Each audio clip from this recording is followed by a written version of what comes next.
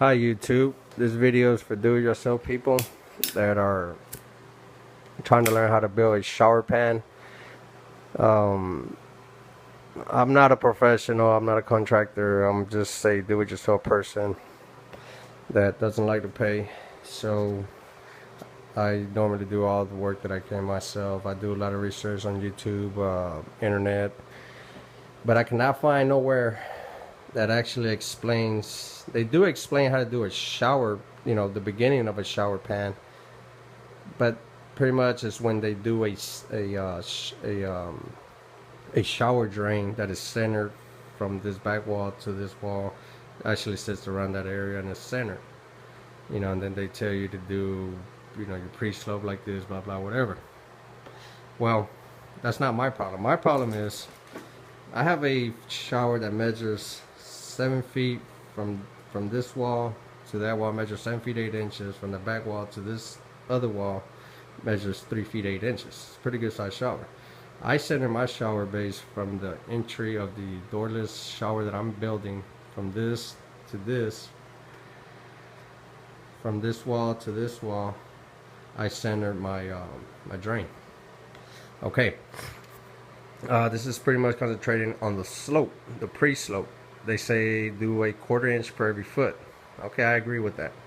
If you go over a 1/4 inch, that's fine. As long as it's not a real excessively, like, say, you don't want to get to your 1/2 inch mark on your level.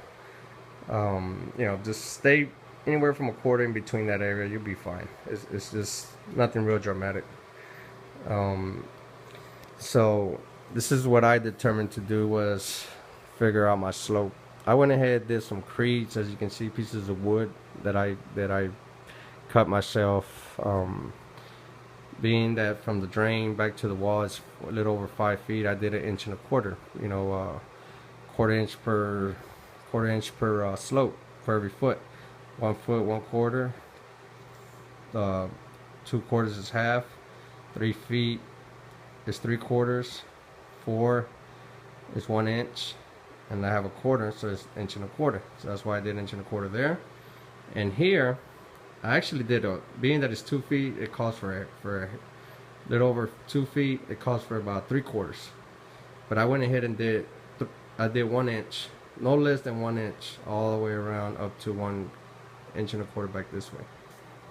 So that way, when I lay my cement, I do the 1 1/4 inch here, and I come back all the way down like this. It still be even for the fact because I have my creeds, so there'll still be a nice even, shower floor. I shouldn't have any problems, just because it's 1 inch here, 1 1/4 inch there, 1 1/4 inch there, 1 inch there. As long as I slide it with my 2x4 when I take off the cement, it should be nice and even regardless. You cannot go wrong. So I did these creeds out of a piece of plywood. Actually, what I did, it came off of a 2x6. This is a 2x4. I measure whatever width I want to make, 1 1/4 inch. I drew a line. I went to the other end, and I did a little 1/4. I snapped the line, chalk line, and I cut it with the circular saw as best as I could. And then when I was done, I was actually had a 1.5 inch thick.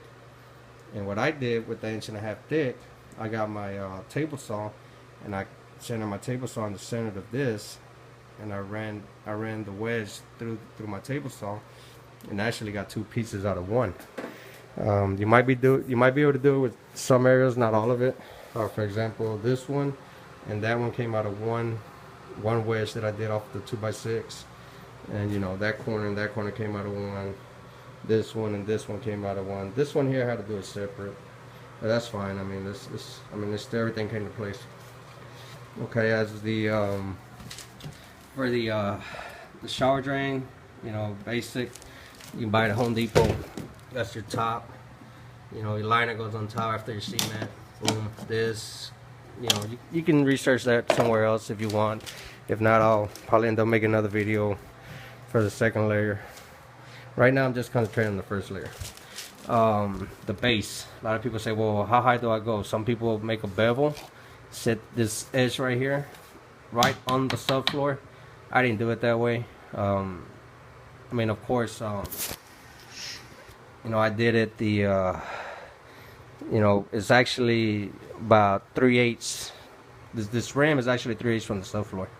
I did it with the yardstick, and that's what it gave me, about 3/8. So that's exactly what I'm gonna leave it at. All this top here is nice and level. I have it's no, you know, no problems with it. So it's level. So that's what you want. But like I said, it's from the rim to the floor. With my yardstick, about 3/8, right at 3/8. So that's good. And what I did, I decided to do the felt underneath. Some people say do it, some people say don't. Doesn't matter to me. I just went ahead and did it. Some people say, well, do I need wire mesh? Well, might not. I did mine. Went ahead and did it for the fact that I actually did a little sample. Here's a piece. There's some concrete. It's an inch thick, and I wedged it to about a 1/4 inch thick on this side. Now, but there's wire mesh all the way underneath. It's solid. It's real solid. There's, I mean, this thing. See, you really have to bend it hard to break it. Ow, kind of hurt myself doing that, but I mean takes a lot. It takes a lot. I mean, the floor's not gonna be moving to where it'll break. As you can see, I was hitting it hard and this fell off. But if you didn't have this, can you imagine this whole concrete would just fall apart, just crumble on you? You know, including these ends right here. It's just, you know, as you can see. But I mean, I can bend it and it's still intact. So wire mesh is a good thing. I would do the wire mesh regardless. You couldn't go wrong. It's only $7 at Home Depot. Doesn't hurt to buy one. And you lay your wire mesh, staple it. You know, look at some other videos. They'll tell you how to do that. But the thing is, that's how I determined my slope was the drain, the height, the wedges. Like I said, I cut them off with 2x6s, and out of one I did 2 in. So I determined my highest point from there was 1.25 inches to this wall, and I determined that my pre-slope was not going to be any smaller than 1 inch thick. That's what I want. 1 inch thick is for my preference. I mean, if you want 1/2 inch, you can do 1/2 inch. You want 3/4 inch thick, that's fine. 1 inch, 1.5 inch, you know. But once the cement hardens, it's not gonna break. There's just no way it's gonna break unless you have an earthquake come through that is just gonna make a disaster. And you know, that's the only way I see it happening.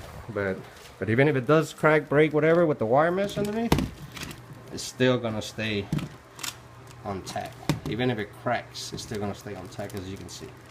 It's not gonna come off, crumble up, little pieces where it just falls off. So use the wire mesh. I suggest to use the wire mesh. Like I said, that is about 3/8 of an inch from this rim to the subfloor is 3/8 of an inch with my yardstick, and that's what I'm gonna leave it at. That's what I want to do. And if you have to, if these edges are a little higher than this for some reason after you put your felt and your wire mesh, and if it's a little higher, do what I did. Just get your belt sander, sand all this here real nice, kind of get it even with this nice, you know, much. That way when you put your cement, you know, and you come like this, you know, it'll still be even with this. You see, comes real nice and flush, even. Look at that. So just sand it down until you get there, you know, all the way around, you know, even. And that way it'll be nice and even around here, and then you'll have your little slope. You have the slope that you're looking for. Doesn't matter if it's 1 inch there, 1.25 inches in the back, whatever the case might be. But when you look at the floor and you come and you look at it this way, you will not see that one side is going to be so much higher than the other. It's going to look nice. It's going to look nice even, especially when you're looking at it from the top and everything's already set. It's going to be a real nice looking shower. And that's what I was concentrating on, to show y'all, you know, don't break your heads.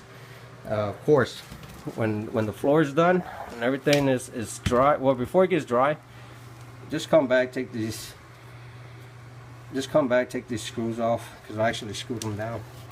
Just take these screws off, lightly take these off, and just let it dry, and just come back another day and fill in the voids that you have to.